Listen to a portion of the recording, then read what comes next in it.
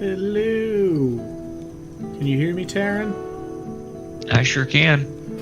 Why can't I see you? Oh. I have to get that above my Hiding your camera. face, coward. There you are. Good. Why does my robe look blue on my screen? That's weird. Can't see you at all. Do you have the stream up? Nope. That's why. You can see me on the stream. I have to pull it up on my phone. I don't Twitch on my computer. It's a website. I even got like a nice campfire background for us. Stop being right. I got a nice campfire. It's nice. It's cozy. Put your name up top here. Alright, here's here. And That is a nice campfire. Look at that. oh. God damn it. Hang on. Like, there we go. There you go. Alright. Pour myself some nice Dr. Pepper. No, stop it. Bad bubbles. I even got Dr. Pepper in a wine glass just for you, Tarren. Huh? So I'm gonna drink Dr. Pepper out of a wine glass. Classy. Just for you. Robes and Dr. Pepper. I love Two it. Are we things wearing that the same robe? Oh my god, we are. Yeah, mine just looks blue on the camera for some reason. That's because of all your light filters, probably. Probably. Cover up the Out of robe. the bottle. I can't judge. I drink Dr. Pepper out of everything. Alrighty. Well, welcome, Tarren, and everyone else, to the first of, at least in a while, I've done a couple of these before, just kind of talking about random tabletop topics, done things from, things ranging from mental health in tabletop games to large, like, large, what's the word I'm looking for? I should know this because Ira's running one. Like multi-game systems. And tonight, our topic is going to be one I was thinking about a little while ago and then has recently, in some of my other games, actually become very relevant. Two of the players of that game I can see are currently in chat. But tonight's topic, we're going to talk about character death. Everyone's least favorite part of the game, to the point where I've had players message me in some of these games afterwards saying, I didn't know this was going to be a part of the game. Which, I feel like I'm usually pretty good about making that very well known up front. But on the topic of character death, I could think of no better guest than Tarren Johnson. Tarren J. As, I believe, you are not the first character player that I've ever had in one of my games whose character died, but you definitely hold the record. I don't know whether to be proud of that or not, but I am. You hold the record for most, and on that note, I will also say you hold the record for taking it the best. Not to say that you were never, like, you weren't upset about your character deaths. Everyone's usually upset with character death, but you always at least took it in stride as part of the story. So we'll start with letting Tarren here introduce himself, a little bit of his tabletop background. So the floor is yours, Tarren. Well, Dylan was my introduction to tabletop role-playing games, specifically D&D 5th edition. We were sitting in our barracks room in Okinawa. We were actually roommates at the time. And he was like, do you want to play some D&D? And so gave me a quick rundown. Should we started playing. It was deployment, so we were bored all the time. So we played every night. I think we were literally playing 5 days a week, at least. Yeah, it was. If not 7, it was at least 5 nights a week. Yeah, we definitely spoiled for my first campaign, because now that I'm like playing in 3 different campaigns and running 2 of my own, where I only play like maybe once every other week. It's definitely a slowdown. Yep. Yeah, that first campaign, I went through, I think, 5 PCs. I think so. You had your so that was the so yeah, your first campaign was the Tyranny of Dragons, which is the, to my knowledge, maybe with the Dragonlance book. I could be wrong. I'm not sure if that's the new Dragonlance book for 5th edition. I'm not sure if that's just a campaign setting or if it's an actual adventure. But to my knowledge, Tyranny of Dragons is the only 5th edition adventure that goes to tier 4. Tier 4 levels of play, which is 17 to 20. The only other one being Dungeon of the Mad Mage, but that's a mega dungeon. That's an entirely different style of an adventure. Tyranny of Dragons, which spans 2 separate books, Horde of the Dragon Queen, and then I think Tyranny of Dragons is literally the name of the second one. I think I have it somewhere. Rise of Tiamat. Rise of Tiamat, yes, being the second one. Yep, I can. Yep. Now, as soon as you said it, I can see the book across from me. Ooh, collector's edition. Yeah, that's what I'm running right now. Oh, so, and yes, that was, I think, everyone in that group, that was their first game. And granted, I think total only 2 players in that. Speaking of character death, I think only 2 players finished made it to the final, the epic conclusion of the battle with Tiamat with their level 1 characters. I believe Ryan, for people who watch my other streams, Ryan, who's in a couple of them. Actually, he's in he's in one that's streamed. The Friday, the homebrew game, where he plays Allura. His bard, College of Swords, made it all the way to the end. Granted, not in the same body.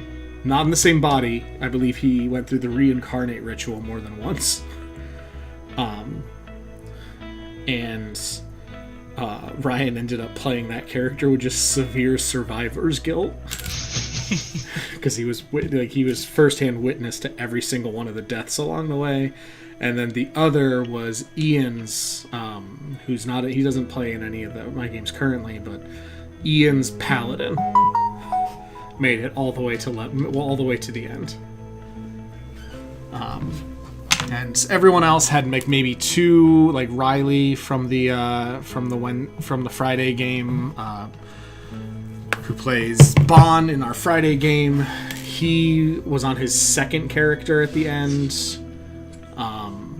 Bryce was another one of the players. I think he was on his third. No, yeah, his third, because he had a lizard folk in the middle of the 2. Yeah. And then his ranger's the one who made it to the end. And then Mike was on his second.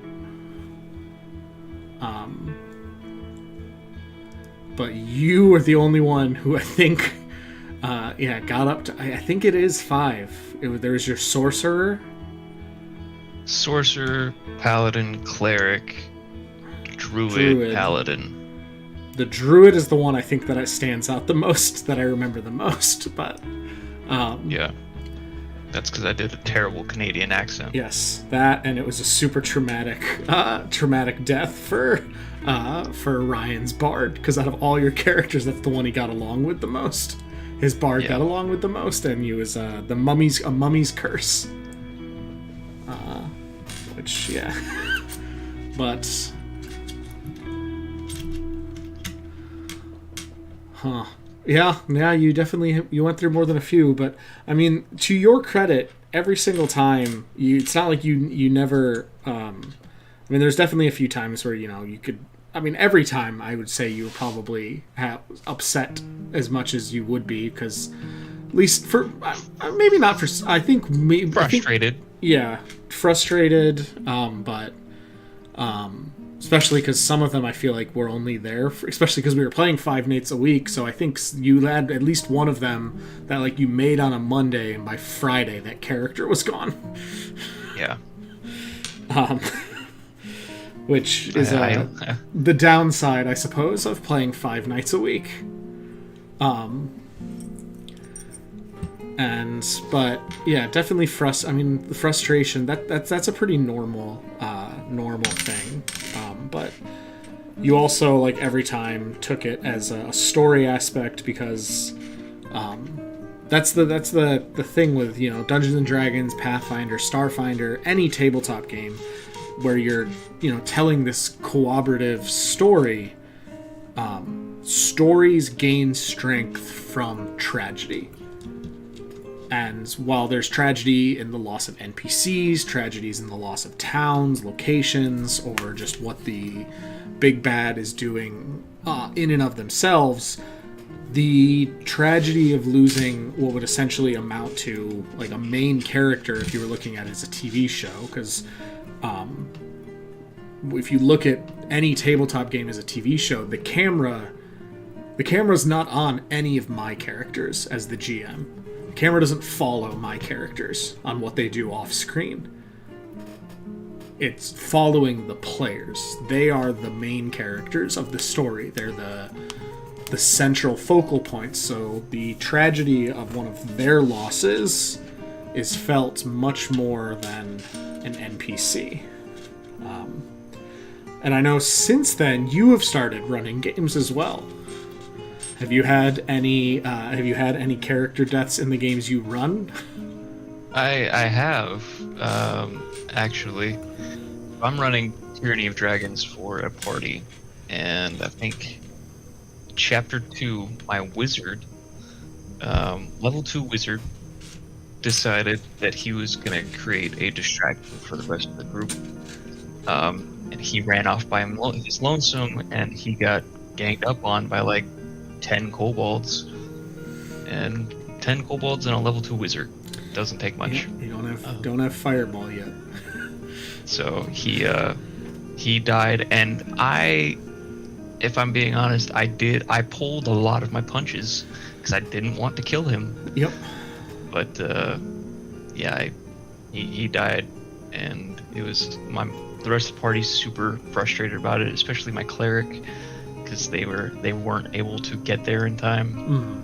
The player took it in stride. They did well. So it's one of the things we learned, I guess. No, I mean that's definitely Dungeons and Dragons. That's, I mean, at least for 5th edition. I mean, until you reach level, what is it? 5, 6, 7, I think 9. Around level 9 is when character death starts to become less of a thing. Hang on, my phone is now. Let me blowing put up. that on vibrate. Oh, it's a fucking Christmas group chat about who's getting what for presents. Around level 9, if I'm doing the math right in my head, again, I'm not sure off the top of my head, but I think around level 9 for 5th edition is when character death, in my opinion, starts to lose meaning, because that's around when if I'm doing the math right in my head, I think level 9 is when 5th level spells come into play. And that's when you get raised dead as a cleric.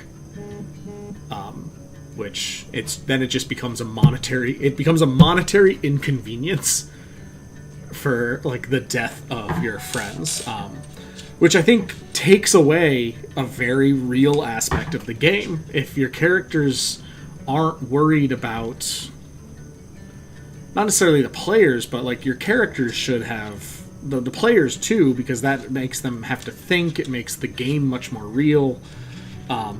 Much more immersive, but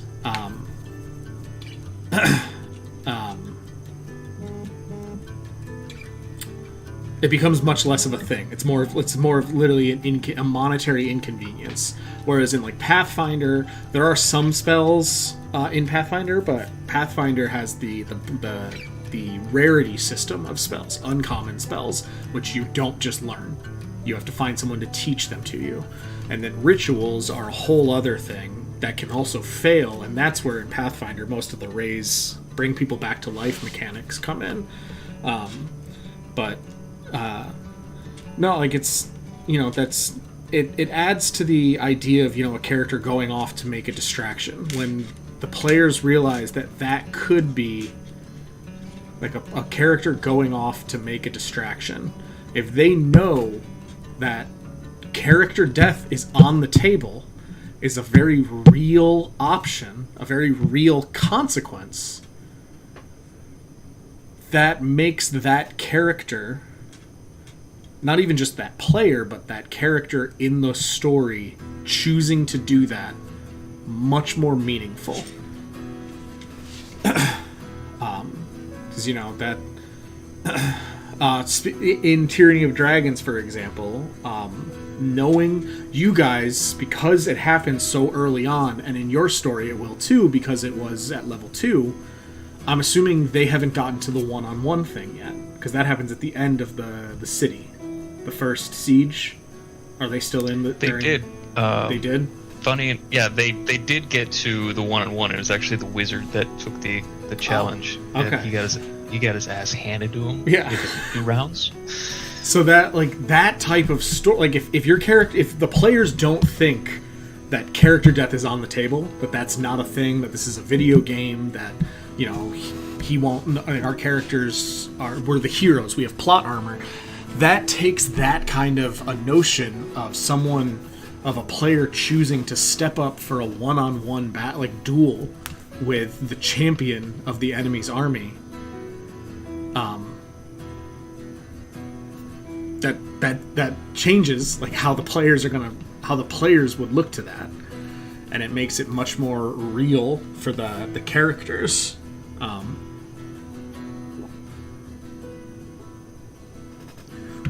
I do think it is important that there's that communication between DMs and players of like, yes, this is a thing that will happen, and everyone struggles with it in their own way. My first character, I think, died after the second session. Was the sorcerer? I think so. Squishy. It was pretty. It was pretty early on. Yeah, it was. I mean, I was beat up about that one, but we just rolled up a new character, and after that, I learned that you can make a 3-page long backstory and make your character sound like the god's gift to the game, but none of that matters if you die, if you don't play smart. And I had a tendency to not play very smart, so one of the players in another one of my games just said in the chat that if I don't think my actions have consequences, I will do increasingly risky shit. Yeah. Which, granted, maybe that's your character. Maybe you make a character who is a daredevil. I know in Pathfinder there's a whole archetype for that. There's a whole organization called the Firebrands or something like that. That's their whole thing, is they want to be the heroes of stories that are known far and wide. But it also mentions in there that a lot of Firebrands don't make it very long, because a lot of them are just braggarts, and as soon as they get involved in something real, but no, I definitely agree. If the players, and that's not on the players 100%. It's definitely on the GM to make sure in a session 0 that the players know plot armor is not a thing in this game. That plot armor, that I am rooting for your characters as much as you are, as much as it seems like I'm not. I am. My monsters don't care about your characters and their backstory. And that's why, like, there are times, like, in my most recent game where I had character death, a player they got in a fight, and one player they were trying to disperse because of what they were fighting. They were fighting a gelatinous cube. And everyone being close to it was not a good idea. So they were trying to attack and move to get distance, and one of the characters had essentially gone too far around a corner, and I knew that there were other creatures there. And I, like, held off as long as I could to where, like, I would say these, they haven't noticed you yet. But as soon as a player with a torch in a dark cave rounded a corner to 3 not unintelligent undead, like, at a certain point, you have to... Again, I'm rooting for you, but I can only... If I were to just keep saying that... If I were to just remove that, like, say that they don't notice you, when the players finish that first encounter and then they come around the corner, then all of a sudden they'll be like... then all of a sudden I'm like, there are 3 ghouls there. I'll be like, well, where were they earlier? Like, at least one player might be like, where were they earlier? And then for that one player, that might break the immersion, which... So there is always that balance of player immersion and versus trying to, as you put it, like, pulling punches as much as you can. And that comes into, like... I know, like, I spend the majority of my time looking at the monsters, trying to come up with... like, I try to, I want, and I feel like players want, the monsters to act like they would act. Because then it makes the characters using tactics to outsmart the monsters much more rewarding if they notice the monsters are also using tactics. For monsters that would use tactics, the gelatinous cube doesn't use tactics. I think it has a -5 on its intelligence, but it's literally one of the things on there is that it doesn't have a brain. But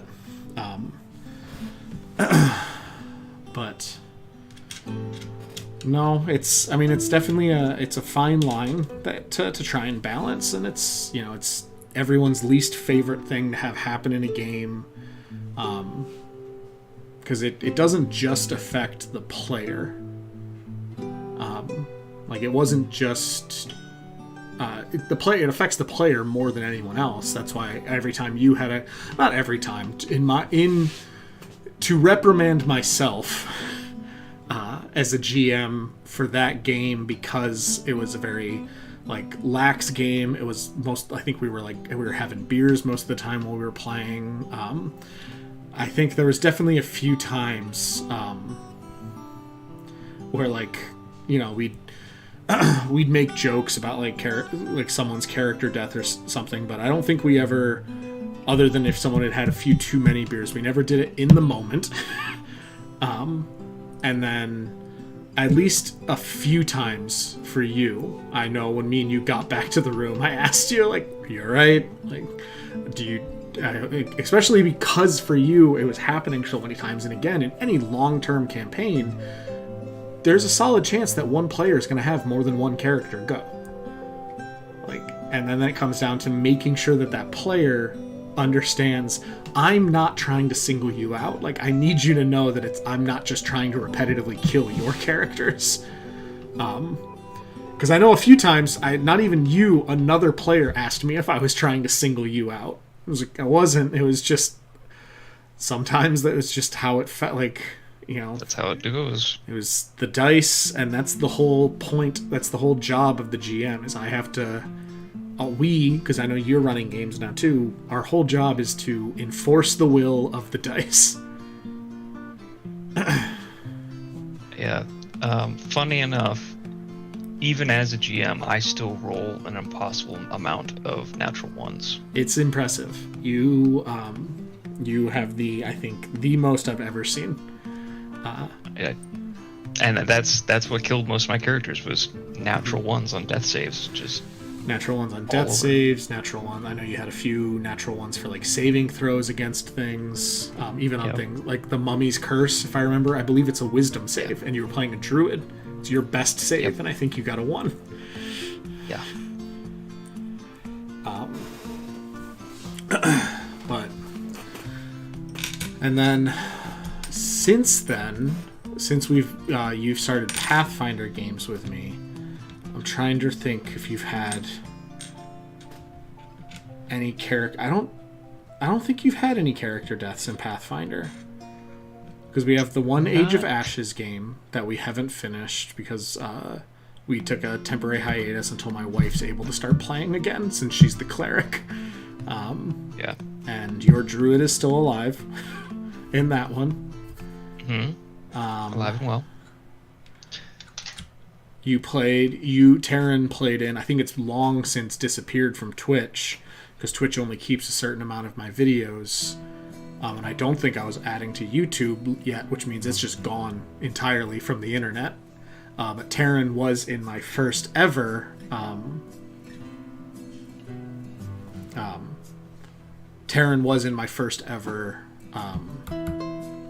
streamed game, which was Attack of the Swarm, which is now coming back to a stream, albeit with a different group. And that one didn't go long enough to where you had no one died in that one. I'm trying to think if you've had any characters in Pathfinder. Not in Pathfinder. I don't think you have. I've had pretty good luck in Pathfinder. You also lean into a race that not a lot of people do. And orcs. Yes, you more than anything, I think you play orcs. Which what is it that drew you to orcs? Other than Undying ferocity. I was gonna say other than undying ferocity. Well, I mean, orcs are, I think, especially coming from like D&D, where they weren't originally a playable race, and then they made them a playable race. But also in Pathfinder, they're so much cooler. They have such a rich history, I think, as a race, and it helps that they're kind of hard to kill. Yes, yeah.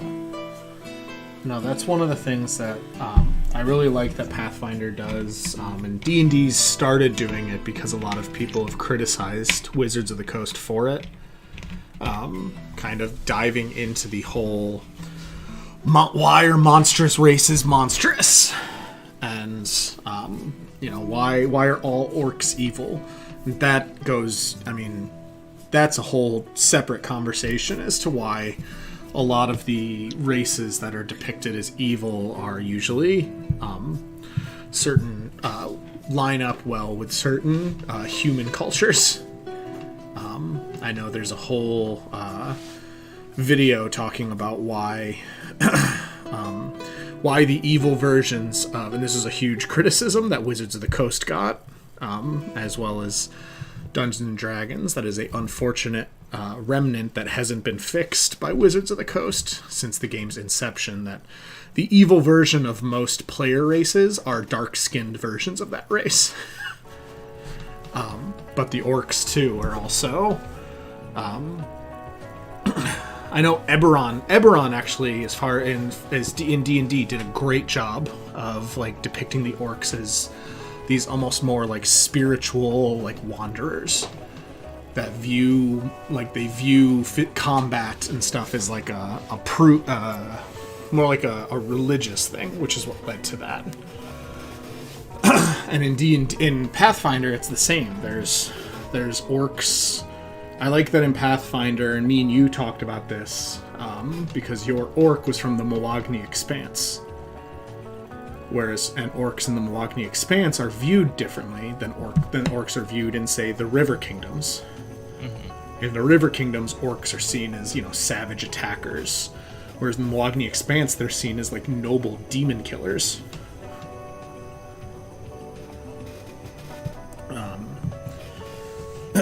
But... yeah, the undying ferocity does not hurt for orcs. Same with, I know me and you were talking about the highest, and I've been talking with another player, Super Rainbow, who's in the chat right now, the highest possible hit points a character can start with in Pathfinder is a orc with the Hold Scarred Heritage, which gives you a racial starting HP of 12. a barbarian, which gives you a class starting HP of 12, and then getting between your background and all the different ability points that you get at level 1, you could get your constitution up to 16. You can't get it up to 18 without because there's no class in Pathfinder that's constitution based. None of them have that as the key skill. So 16 is the highest constitution you could start with. So unless you're rolling. If you roll, then it's if you roll or you use the optional what's it called? The optional flaw. You take a flaw in 2 things to get a boost in another, then you could start with an 18 constitution by taking a minus into 2 other stats. So yeah, a hold-scarred orc barbarian is the highest starting HP character that someone can have in Pathfinder. And I did the math too one day when I was randomly bored, waiting for being able to pull into a loading dock at a store I was delivering to figure out what that character level 12 could get, what HP they could get to without any magic items at level 20. And it was, I want to say it was just under or just into like the 300s of HP that barbarian could get to, getting the toughness feat every time they get an ability score increase, increasing their constitutions. That eventually gets to, I think it got to like I think it would max at 20. It would end at 21 because you couldn't get it at 18.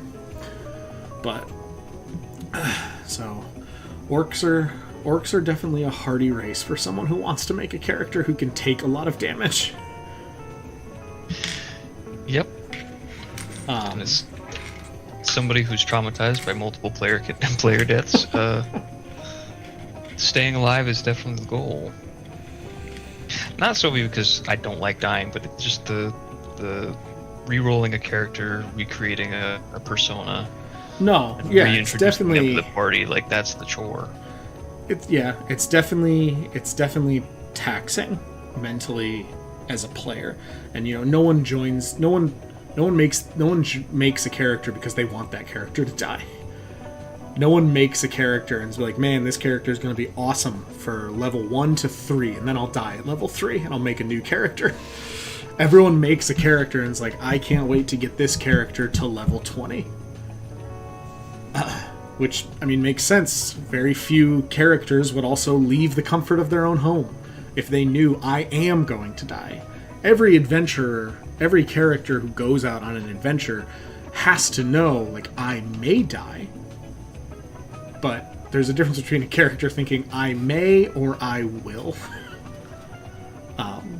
Which is why if you have character death in the game, that makes moments where a character does choose that.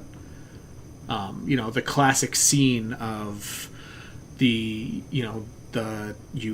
woke up a horde of some monsters in a cave and the party's running, but not everyone's going to be able, someone's hurt, so they're moving at half speed, and the one character says, everyone else keep going. That's, at that moment, that player is seeing a beautiful story moment for their character because character death is on the table. If it's if it's not on the table, then the rest of the party's gonna be like, all right, yeah, sure, we'll see you when you get out. Or they just wouldn't have run in the first place. And that makes the world seem much more alive, too. When character death is an option, that also means the party can run into things that they're not supposed to run into yet. Xanathar, yes, in a game you're in. The party, a game you were in before it fell apart and is now a Pathfinder game. But yeah, I have 2 perfect examples. You were involved in both of them. Funny enough. characters, because character death is on the table, narratively, that the characters can run into something like, I'm not supposed to be here. And there's, famous literary examples of this. Bilbo was not the level to be in a room alone with Smaug. Which is why his, character, that was a lot of him. It was a lot of diplomacy checks. And a lot of stealth rolls, because he needed to not get seen. As well as, a level 20 cursed ring that really helped out. But yeah, the two examples for you, and I'll have your... one of them, you were involved in. One of them you just witnessed. So I want to get your opinions on both of them. So yeah, one of them was a D&D 5e game. This was only a month and a half ago, 2 months ago maybe? Something like that. Dragon Heist, Waterdeep Dragon Heist. You guys had chose the season where the Xanathar Guild was your enemy. You don't know that. You don't know who the big bad is during your season, but in case you guys didn't figure it out, yours was Xanathar. And towards the end of Waterdeep Dragon Heist, the characters the characters acquire an artifact. That's essentially the entire game up to this point is chasing this artifact. The characters acquire it, and then no matter who the big bad is, there's one last-ditch effort by the big bad to take the artifact from you. In your guys' instance, because of unfortunate rolls, he did. He took out... an intellect devourer took over one of your companions. And he did... The Xanathar Guild did take the item, which means you guys had to go after it. In the midst of you guys going after it, you discovered Xanathar, a beholder. For anyone unfamiliar with D&D, it's a very iconic character.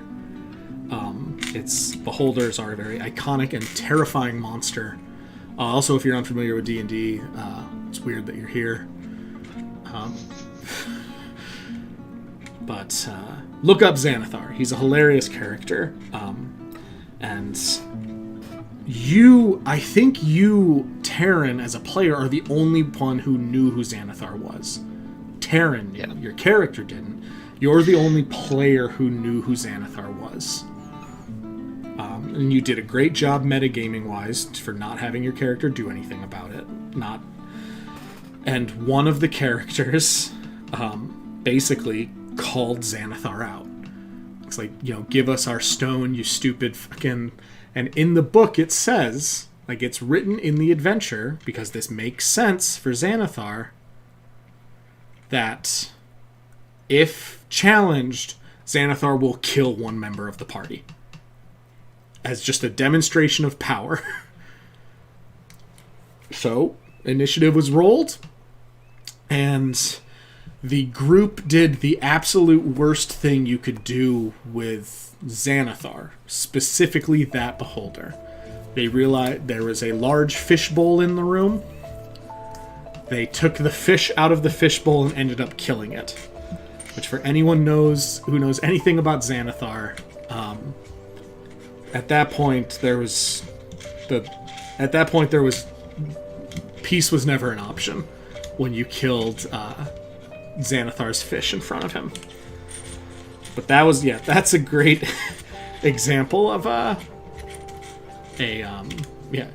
again, because it is in a living world that character death is an option. You guys encountering something that you are not meant to at your level, not in your realm of fighting. Oh no. I remember as soon as we walked into that room and you revealed the enemy, what I said was, oh shit. Because me, as Tarren, I was like, this is gonna go badly. Because we're all spellcasters, and that thing's got an anti-magic field. I was like, okay. But I was to be fair, when you killed his fish, he turned it off. Yeah. Because he wanted to do his eye beams to you guys with impunity. But I was, Carl was playing a sorcerer, so I was like, all right, well, how would Carl handle the situation? kind of going homeless. into that, and then as soon as my party was like, killed a fish, in my head I was screaming. I was like, no, please God, don't. And then they did, and I had to pretend not to panic. And eventually I got turned into Roomba food, but Yes. It went all right. That was a moment where it came down able to make light of a situation because of knowing the player, which is hard sometimes with some of the games I run because it's a lot of these, like, I've never met a lot of these players, whereas I knew you, so yeah, when you got killed by a disintegration beam, I changed your character token to an ash pile. It was funny because I knew you would take that in stride. Had a good chuckle. Well, also I've played with you for a while. I've adapted to your sense of humor. The other one that you were part of was a homebrew Pathfinder game that we had run that kind of went completely off the rails, and that's why it ended. Actually, I'm trying to remember if you were playing with us yet. Which one? I don't think you were, actually, because this was before Age of Ashes. Yeah, I came in during Age of Ashes. Yeah. So that was a moment there was a moment in that game that essentially a big bad that the party thought was one thing, but was actually a ancient magma dragon that made himself look like basically a dragonborn, although they don't exist in Pathfinder. And the party, he had a hostage. The party kept demanding he release them. He did. He killed them. He literally snapped their neck and threw the body in front of them. There you go. There she is. All yours. And Ryan, again, who plays Allura in our Friday game, his character responded in character and tried to cast a spell. The spell had zero effect because someone they thought was just this barbarian type character actually had very high saves, who then essentially, as he was getting on his war horse to ride off, cast a spell back that was, I think the party, Ryan, I think, was a spellcaster. I think his max level spell was maybe 5th, and the big bad cast essentially an 8th level spell back at him. And then he critically failed, and the spell is called, in Pathfinder, there's a spell called Implode. And it was a absurd amount of damage on a natural one, and it killed his character outright in a very gruesome way. If you read essentially the spell does exactly what it sounds like. His entire body collapsed inwards. That sounds dope. But that was another moment where, when he cast the spell, I stared at that character for a long time. I knew he beat the save, and I stared at it, and I was like, how would he respond? This is an ancient, evil dragon that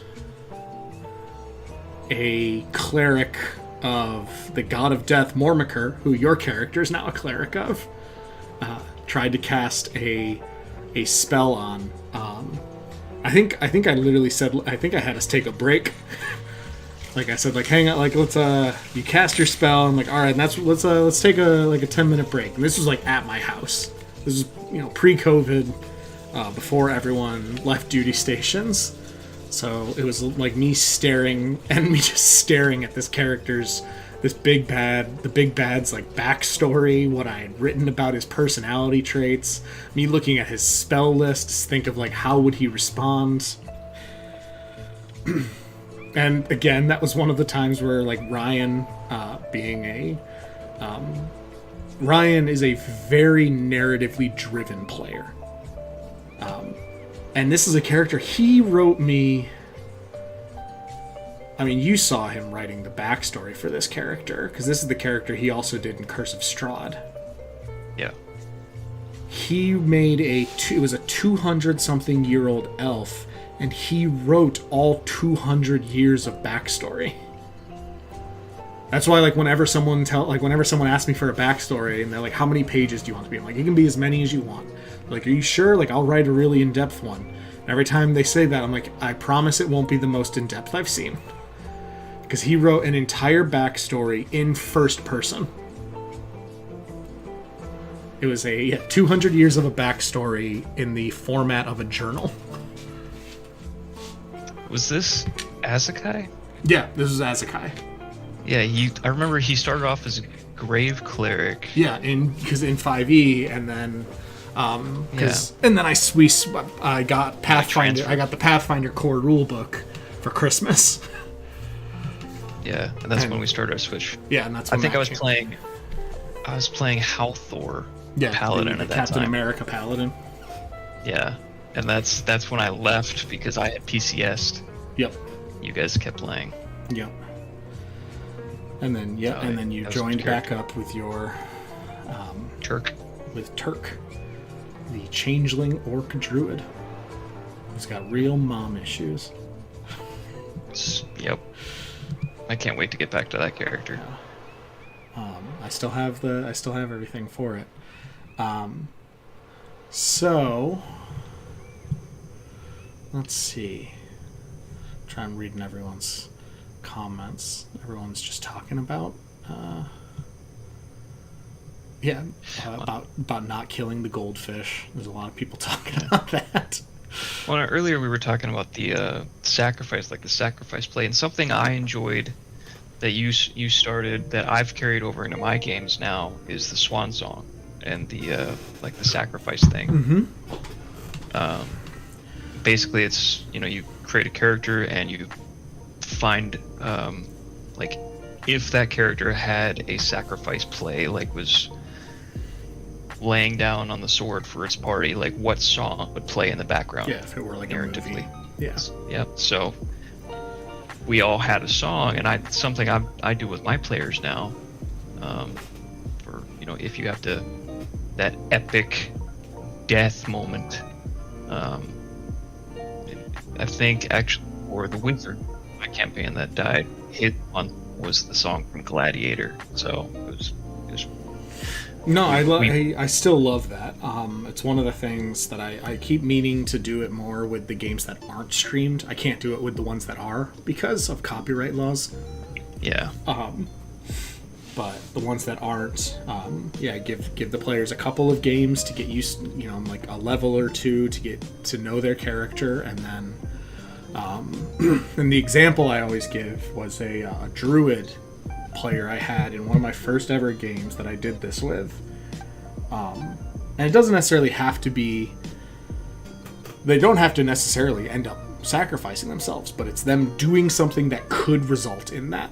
The dice will still fall how the dice fall, and the example I always give to make sure to help people understand is I had a druid. Tim was the player. This was before I even met any of the guys who play in any of my games now. We were playing in essentially Critical Role setting. We were playing in Taldori, and he was a druid going through an Aramente, similar to Keyleth's story from the season 1 of Critical Role. It was during one of his trials in the Plane of Air. Some unfortunate dice rolls resulted in the group fighting a rock during a storm, and then the barbarian in their group had a weapon called the Berserker Axe, where if they there's essentially certain things can happen where the character goes insane and just starts attacking everyone. So on top of dealing with a rock, their barbarian was also attacking the party. The rock was dealt with through a sacrifice play from David in our Friday game. He was playing a wizard who had a staff of power. This was they were high level. He had a staff of power. He got on the rock and he broke the staff. Which, for anyone who knows what the staff of power, if you break it, there's essentially a magical explosion. Essentially like a magic A-bomb goes off. And the closer you are to the center, the more damage you take. So he got on the rock, so it obliterated the rock. A lot of the players took some damage, and then for the person who breaks the staff, because they're at the center, you have to roll for them to either the magic essentially either tears them apart, like it's almost a 0% chance of living, or there's a magical detonation that sends them to another plane. He got that one, but either way, he's gone. So the wizard's gone. They'd gotten what they needed, and they were trying to leave, but the storm had turned into a tornado. And as they're leaving, two of the characters, the fighter and the cleric, got stuck in the tornado. They couldn't get out. They go back through. The druid realizes they're stuck. He jumps back through the portal, essentially is wild shaping back and forth between different things. He turns into a bird, flies into the tornado, grabs both the characters, and essentially turns himself into an earth elemental to use the weight to propel himself out of the tornado and launch himself through. He skyrockets out hundreds of feet in the air, and he's holding them so that they won't hit the ground when it all falls on him. All of this to Born to Be Wild was the song playing the whole time while he was doing this. I think he lived by 2 hit points. Grand total damage he took during all this. But so yeah, the swan song is a very cool thing, and it helps not only the players, but it helps the GM, I think. If you think about the swan song thing, the biggest thing it does, more so than the players, and why I started doing it and why I think it's a great thing, even if you can't do it because you're streaming, is it makes sure, because GMs, so much of what you read online, of what you watch on TV, or not TV, but on the internet, is to make sure, is everything telling the GM you have to split your focus. Everyone has to get their time in the spotlight. You can't ever focus on just one player, that sort of thing. That's true 90% of the time. There are times where the spotlight goes to one player. And if it's done right, the rest of the party will be just as invested in that spotlight. And that's the swan song moment. If you're in the example of, someone telling everyone else to run, I'm going to hold off the 24 orcs chasing us. You don't have to narrate as a GM. You can just say, the rest of you are gone. You get out. You guys are okay. For the next 30 minutes in game at this table, we're going to focus on the character who just chose to most likely die for the rest of you. And that's what the swan song is, a great thing that highlights that.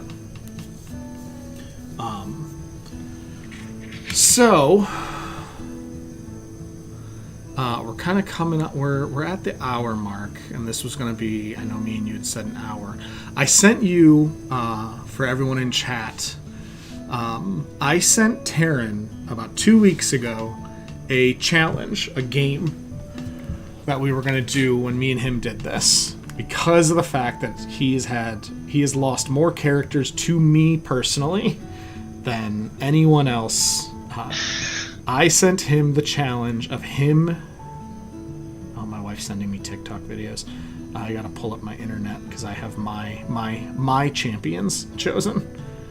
I sent him basically the challenge of not obviously doesn't have to roll up the full mechanics of a, what was it? I think we said level 5. Yeah.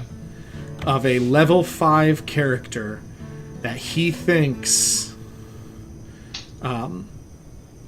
Basically, the challenge was for him to make a level 5 character that would be able to take on a level 5 monster of my choice, one-on-one, and be able to win pretty much every time, minus Tarren's natural 1 rollings. Yeah. So I chose. I was looking at level 5 monsters, and I have 4 choices that I'll pick one of, depending on what your character is, as to whether or not I think. And then we'll discuss, one, whether or not this is even possible. Because I don't think you can make And this is any player can make a character that will 100% win all the time because of the dice. But also because as the GM, I have a lot of options. So what is your character's your champion, Tarren? I went back and forth on it a lot. And really, I was like, do I go with my stereotypical, try to make the beefiest character? And I was like, I could go with an orc that way. And I sat on it for a while. I racked my brain because I wanted this challenge to be entertaining and not just like, that figures. Eventually, I did settle on a dwarf. Okay. A dwarf fighter. Okay. I'm trying to pull him up so I can get his exact specs. I think I'll log into my Hero Lab real quick. So we went with dwarf fighter.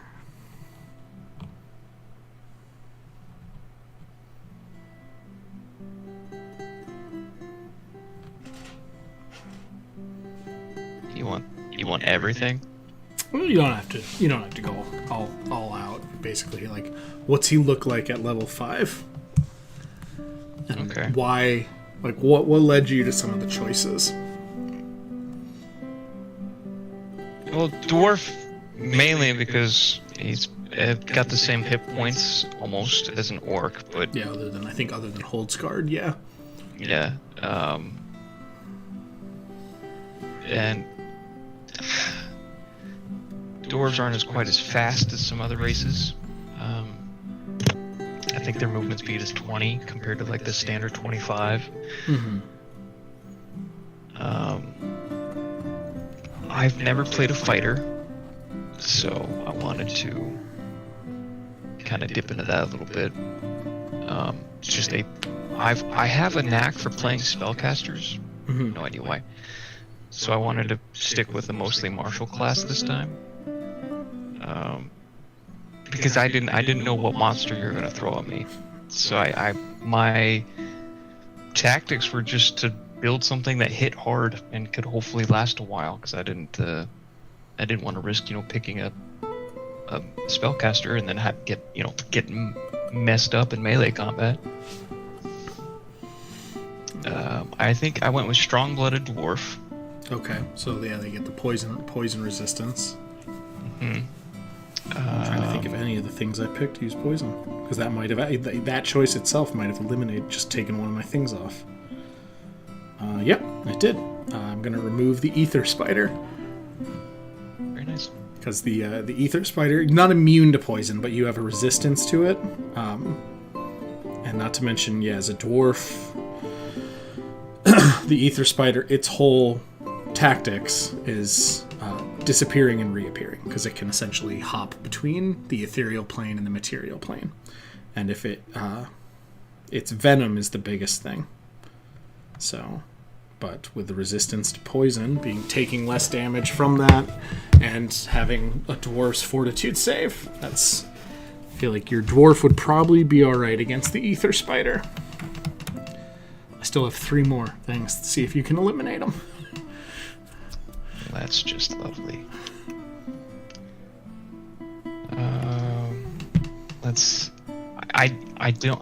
I guess I forgot to ask, like, armor, weapons, what kind of gear was I allowed to have? I mean, it'd be anything that you could have up to at level 5, so there'd be more than a few things that you'd be able to choose. Yeah, I don't think I went that far. That's fine. It's not, again, it wasn't meant to be like a... So yeah, the 3 things that I have left are, as far as level 5 go, red caps. If anyone has looked up what a red cap is in Pathfinder versus D&D 5e, They're much worse in Pathfinder. They're essentially small murder fae. But the biggest thing would be for the red cap would be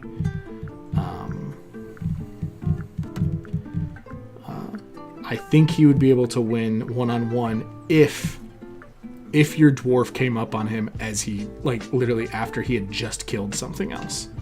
Because red caps get an ability of a huge boost if they are able to soak their hat in the blood of someone they've recently murdered. Which gives them a huge bonus. Other than that, though, as far as like the red cap, I think that'd be pretty close because it'd just be 2 fighters basically. Because that's all the red cap doesn't even have. Yeah, it doesn't really have any innate magic. The biggest bonus the red cap has is fast healing. So every turn it would heal as well. But I'm willing to bet at level 5 your dwarf probably has more HP than the red cap. What's your dwarf's HP at level 5? Scroll down. 80? Yeah. Red cap is 60, but it also heals 10 every turn. But, so that would be a good one. The other 2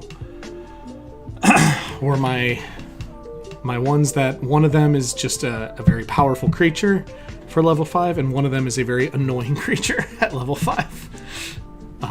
There's a type of fae called a lurker in light. Tiny little fae that the biggest thing is that they have where is it?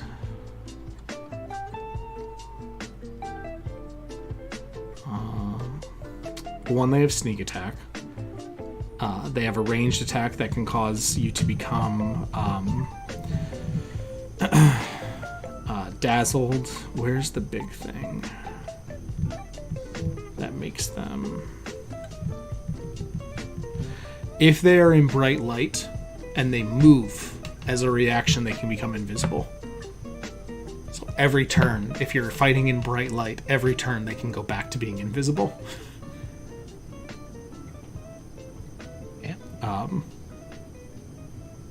And they have a few things to create their own light. That's the whole thing, is they basically, it's like the opposite of what you think of when you think of like creatures like bursting out of the dark to attack something and then disappearing back into the dark. They do the exact opposite. They're just disappearing in bright light. And then the other, speaking of your changeling, is the level 5 hag, which in Pathfinder, that is the storm hag. And I think this is the one that would probably be able to, because of the fighter, because they have where is it? Gust of wind at will, which means they can keep making it difficult for your dwarf to get close to them. And then they can do like lightning bolt while you're stuck in the wind. Yeah, that would be difficult. But yeah, I mean the whole point I was just making with this is that because I get a lot of, not, I don't want to say min-maxers, but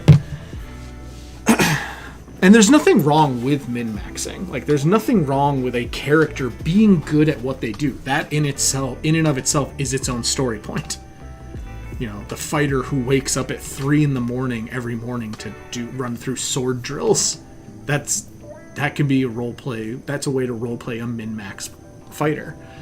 They neglect other aspects of their life to focus on being good at this. But as players in a game that is designed around consequence, it's a story with consequences. That is a huge part of any tabletop game. That's why the dice exist. If there was no consequences, we wouldn't have dice. We would just tell a story. That's what the dice are for. Even in like most core rule books, if you read them, it specifically says the dice should be brought out when there is a chance of failure. Or failure is significant. So that's tabletop games at their core are a storytelling game with consequences. So in any story that has consequences, even when you min-max or something, there's always, I mean, Pathfinder's up to what? Second edition's up to 3 bestiaries. Starfinder, I think, is up to 4 alien archives. There's always something out there.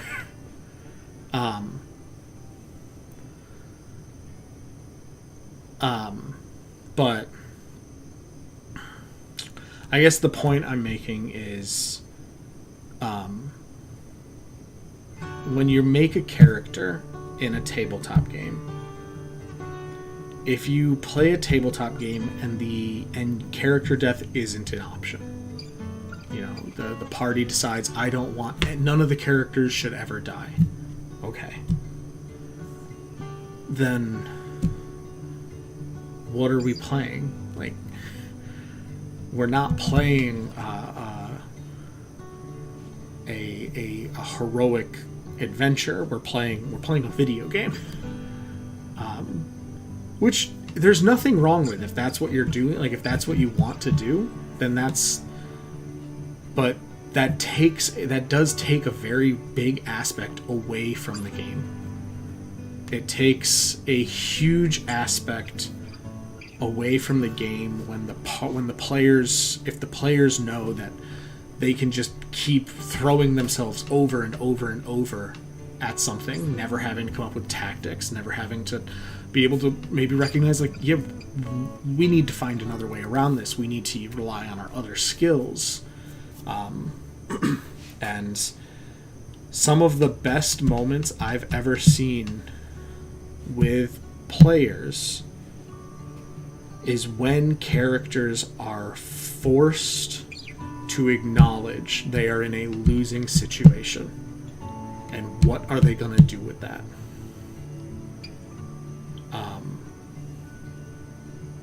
How are they going to get out? Or, knowing character death is on the table, how are they going to make sure someone else gets out instead of them? To this date, one of the best role-playing moments I've ever seen that you were involved in, Tarren, was the death of Horrid in our Tyranny of Dragons game. To date, one of the greatest role-playing moments I have ever had, to the point where we normally play longer, and I believe I ended the game after Horrid's death because I couldn't focus on the story. Like, I think we ended for that day. So the story is, and feel free to hop in, Tarren, because you were a player in this. You were the player that Horrid actually, essentially, that Horrid chose, in far as I was explaining, was in a losing situation, and he chose another character, your character's life, over his character's. Yeah.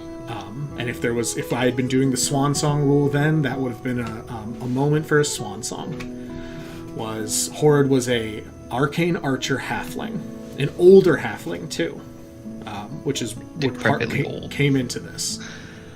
You guys were on your way to a council meeting of the metallic dragons to essentially petition them for help. You were being flown there on a silver dragon. An ancient silver dragon was taking you. You were riding on her back, and as you flew over a swamp, a twin adult black dragons attacked you. During the fight, I think 4 of you were thrown off of the dragon's back, or 4 of you were. Some of you had, I think, like Gus or Acadius, the bard, Ryan's character, had a greater mount, so he had his own Pegasus. I feel like someone else had a flying mount, but those were killed by these 2 black dragons almost immediately. So it ended up with 4 out of, what was it, 6? Yeah. 4 out of 6 members of the group just rapidly plummeting from miles in the air. Trying to, like, essentially each one of your guys' turns was, do you have an idea? Yeah. Meanwhile, the monk, who was the Akroka monk, was staying up there with the silver dragon, trying to fight 2 dragons to the... But, yeah, it was the paladin and the bard were falling together. Almost led to its own super dark moment, because these are the two that were the two, like I said at the very beginning of our talk, made it from level 1 to 18, same character.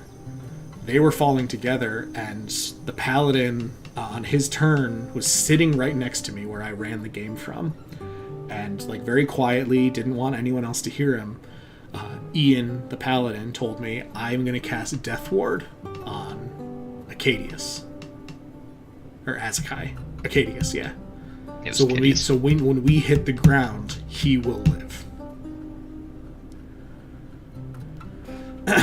They ended up being okay because the bard had to make a bunch of different rolls to basically try to calculate 500 feet, a 500-foot distance, while plummeting hundreds of feet every couple seconds to try and dimension. Did he use...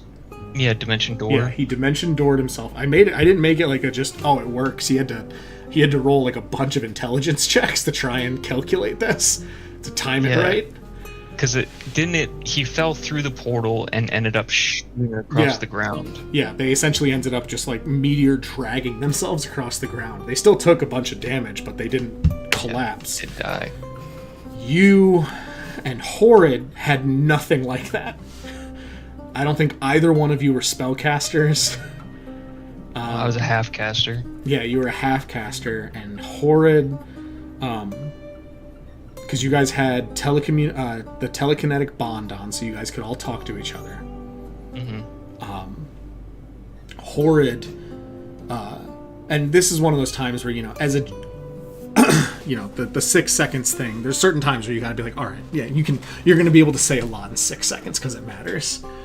Horrid on his turn, and this was like right before you guys were going to impact, Horrid in his mind said, I've lived a long life and the last months of it have been the best part with all of you. And he basically said, like, don't give up. Like, what we're doing matters. And he shoved a potion of gaseous form in your mouth. And then that was the same turn that he impacted. Yeah. You turned into a cloud, lived, and that was, And then we did keep playing, actually, because the monk was involved in a fight, and while the players were processing that, you guys felt his bond sever, because he had gotten killed, but he had gotten disintegrated. Because, he... doing kind of what we were talking about, you guys go ahead, I'll hold them off. The silver dragon left the fight with the 2 black dragons to try and dive bomb fast enough to catch you and Horrid. And the 2 dragons were going to go after her, and this monk, this single, medium-sized monk, pissed off 2 black dragons enough to where they focused on just fighting him in the air. Yeah, he was in a Akroka too, wasn't he? Yeah, so that's why he wasn't worried about the plummet. Like, he was fine the whole time, but and that was Riley's monk. So that, to date, still probably my favorite role-playing moment. And as much as character death is awful, and people, you never want it, no one ever wants it to happen. Those are usually some of the most powerful roleplay moments, if done well. They can't be Game of Thrones deaths, where someone dies and it does nothing. It has 0 impact on the story. I remember when he was like, I shove a potion out of his mouth. I was like, no, that's not how this is going to work. And I remember I rolled Yeah, you rolled to try and like push his hand away for him to take it. Yeah, and that was one of your ones. I failed. Yep. I failed terribly. Yep. But yeah, it was one of those where you narrated it out. It's like, okay, your body turns into gaseous form, and the next thing you know, you return to the ground, and there is what's left of Horrid. And what's left of Horrid, and even in the gaseous form, you felt that telekinetic bond clip basically shut off. Yeah. And then while you guys were processing Horrid is when you noticed that you couldn't hear Talos. No, not Talos. Talos. Was it Talos? Yeah. Yeah, you noticed you didn't hear Talos. I think, I remember how you narrated that as we were sitting there looking at Horrid's remains, and we felt ash fall on us. Some ash. Yeah, you noticed almost like it was raining, but it was ashes. And that's when you noticed the bond was gone, and then you noticed not all of it, because that's not how wind works, but you noticed like one or two of his items, like these things just smash into the ground. Yeah. It was a rough game. It was. That was probably, I think, the roughest session. That was, honestly, that session, emotionally and role-playing wise, was tougher than you guys losing to Tiamat at the very end. Never go left. That's where you guys went wrong with Tiamat. But yeah, with if character death is discussed and it's known that it's on the table, it can lead to some of the most powerful role-playing moments and character moments for like what would drive the character forward afterwards. Because I remember that came up for those of you who lived at the council meeting with the dragons. Like, you guys are like, we have to get them to join. Horrid and Talos died for us to get to this meeting. We're not leaving without these dragons' support. Oh, wow. There's a lot of popping in my neck. But if character deaths are handled maturely and given the proper weight they should have, that they should impact the story. Even if they don't impact it on the grand scheme of things, they should impact it for the characters. Which is why, like I meant, Game of Thrones deaths. Spoilers. Literally, Robb Stark's death, zero effect on the story. Doesn't change anything about the story. Other than it's just one less thing that's happening. Doesn't change what's going on with his surviving siblings. Same with, for the Lannisters, all of their children's death. Really zero effect. Doesn't change their character. Their character's still the same asshole and horrible woman that she is in episode 1. Like, deaths of characters should impact other stories. Whether it be... and I think... Go ahead. I think character deaths play into the whole theme of, actions have consequences. Yeah. Something that I think my second character, my paladin, learned when I tried to behead town's guards with my vorpal sword. Yeah, you can't threaten a king. Turns out they don't like, especially a king whose kingdom was just attacked by a green dragon. They don't like that. Yeah. Not in the mood. Gotta read the room. Lesson, boys and girls, don't challenge the DM. But yeah, character death is a powerful motivator of stories. I mean, NPC deaths can be too, but not nearly as much as character death. And that's assuming the game is played where The characters have these moments where they get to know each other. They fight side by side. They share campfires. They they share campfires. They share, they drink at the inns together. And then all of a sudden, for one of them to be gone, that impacts the characters and it impacts the story.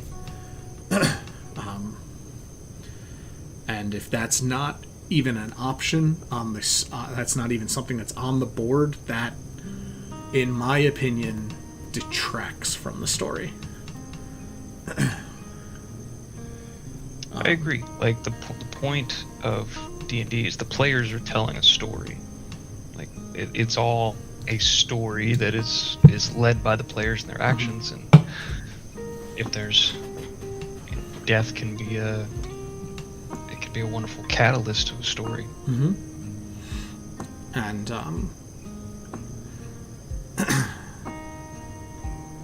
the best way I explain it to like new players, and that I've found, yeah, exactly, Necro, what you just said. You can't have high highs without low lows.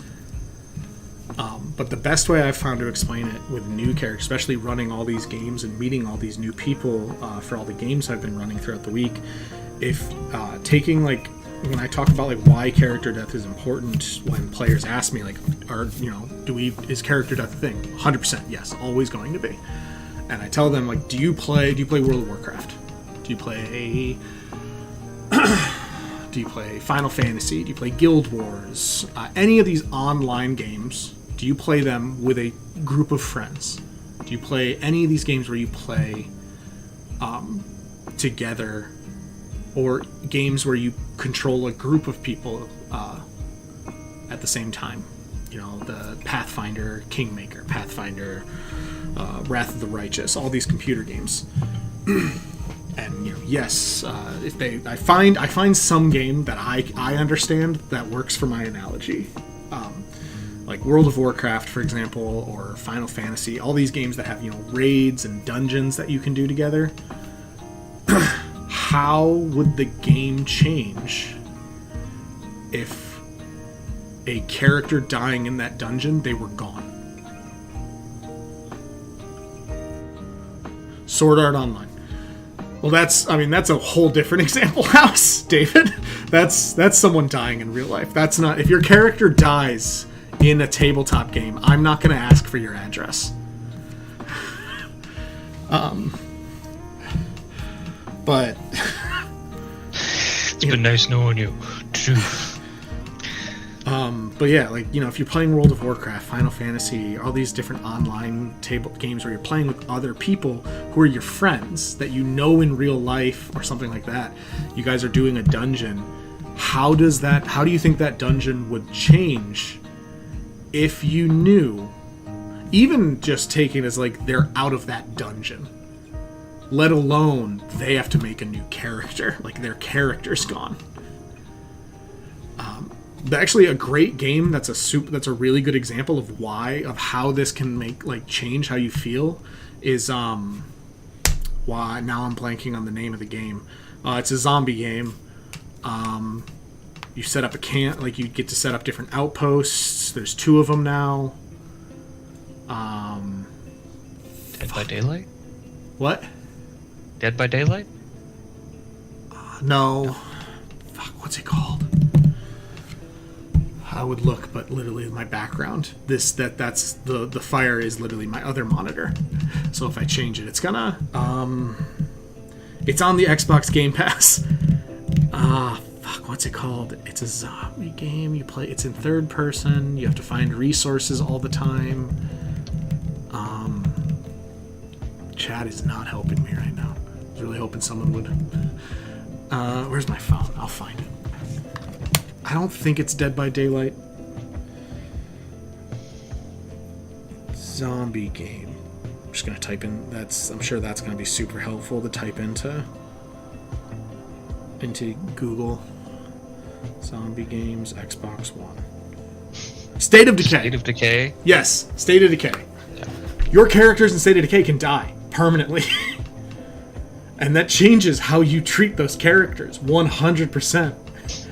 versus like another game, like versus a game where like, oh, the character's dead, they're just gonna go spawn back at base. No, in State of Decay, if one of those characters dies, they're gone from the game. And that 100, at least for me, that 100% changed how I played that game when I realized that. Like, oh, this guy's tired, I'm gonna let him rest. I'm 100% gonna let him rest while I send someone else, even though he's my favorite. And it's the same thing, in Pathfinder, the wounded condition. When you know character death is a very real thing, those conditions mean a lot more. Like, and it adds to the role play. Like, when everyone's like, we should go now, and one of the characters is like, I still am not doing well from the last fight. And then it adds to, the character's choices. Do we go and risk our friend's life? Do we not go and risk not getting to wherever we're going on time?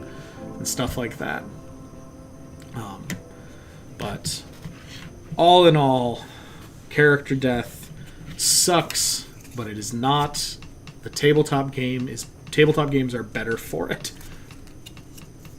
XCOM.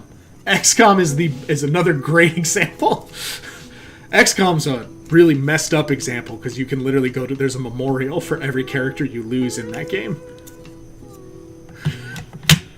That's super messed up. Yeah, because it's supposed to be like a military game.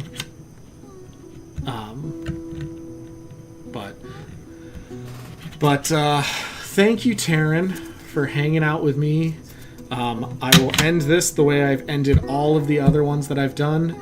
Unless hopefully I didn't take yours, since a lot of our games we've played together.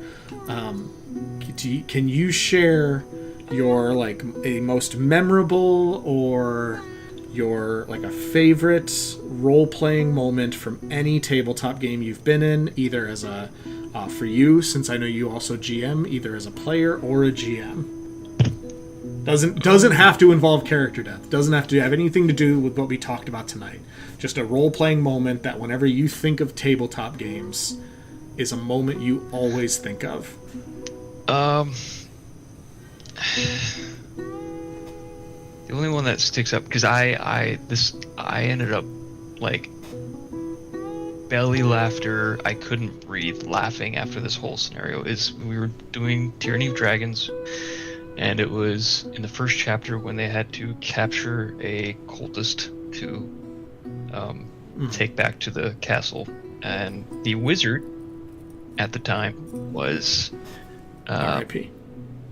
kind of a psychopath. Okay. And he wanted to interrogate this this cultist, but the wizard was also, I allowed him to play a Warforged. Okay. Bit of story behind that, but anyway, so his whole character's thing was he doesn't know how the human body works.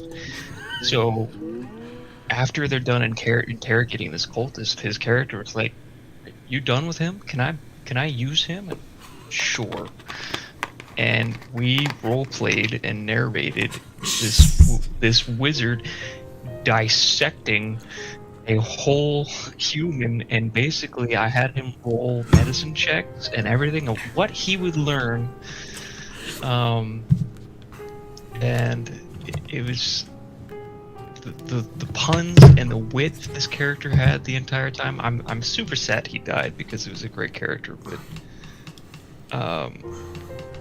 I think at one point I was like, yeah, you stab him with this rusty dagger you're trying to use as a scalpel, and you find out that he's gonna bleed a lot, and he goes, right, the red fluid must stay inside.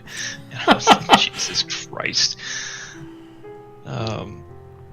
That and the same wizard deciding to use science in one of my games. Earlier in the game, he didn't have fireball, but they were in a grain mill, and he looked at me and he said, "DM, is there grain particles in the air?" And I immediately knew what he was going for, and I was like, "Yes, there is grain dust in the air." And he goes, "Cool. is it a sealed room? And I said, sure is. And he goes, I'm going to cast Firebolt. And I was like, well, your Firebolt turns into a Fireball. Congratulations, you've learned Fireball at level 1. So I definitely encourage my players to try to outsmart me. But I think a lot of good roleplay just comes from being clever. Mm-hmm. All right. Well, that is it for tonight. Thank you, Tarren. Thank you, everyone, for in the chat. I love seeing the chat have people talking. Now I know it's just got to talk about characters dying, and that's what gets the chat going. So, but thank you, everyone, for tuning in. I'm going to try and start doing these at least once a month. That's what my original goal was, and that kind of fell off when I moved from one house to another.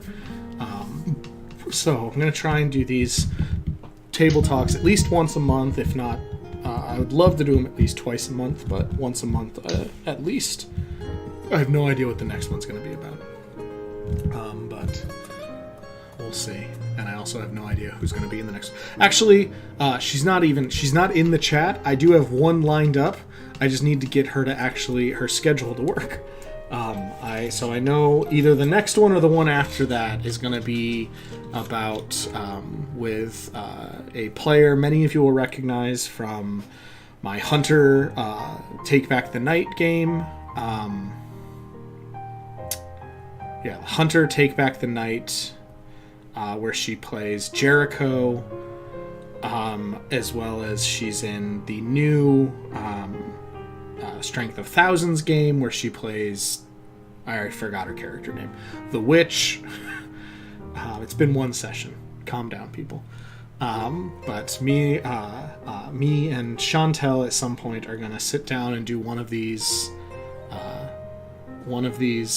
talks. She knows Super Rainbow. She knows that she's supposed to do this. We've been talking about it for months, but she's always working. Or she's lying about her work schedule to avoid talking to me. But me and her are going to do one of these eventually about role-playing characters, about role-playing a character with trauma. Because, not to say that, because I essentially, when I came up with the idea of doing one about role-playing a character with essentially real-world trauma, not necessarily saying the player also has this, but role-playing a character with what would be real-world trauma, trauma that is something that can occur also in the real world, how to do it sensitively, how to do it without, making the game uncomfortable for yourself and for others or for the GM. Because I remember one scene I did in a game with her where I had to message her afterwards to make sure she was okay. She was 100% fine. She's just a very good role player. I also had to message the other player who was in that to make sure they were all right. That was Braxton. For people who know him from some of the other games, also Take Back the Night. But so that will hopefully be the next one that comes up.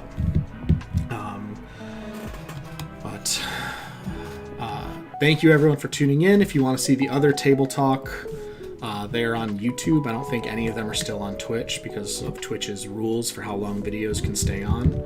But I think there's 3 others.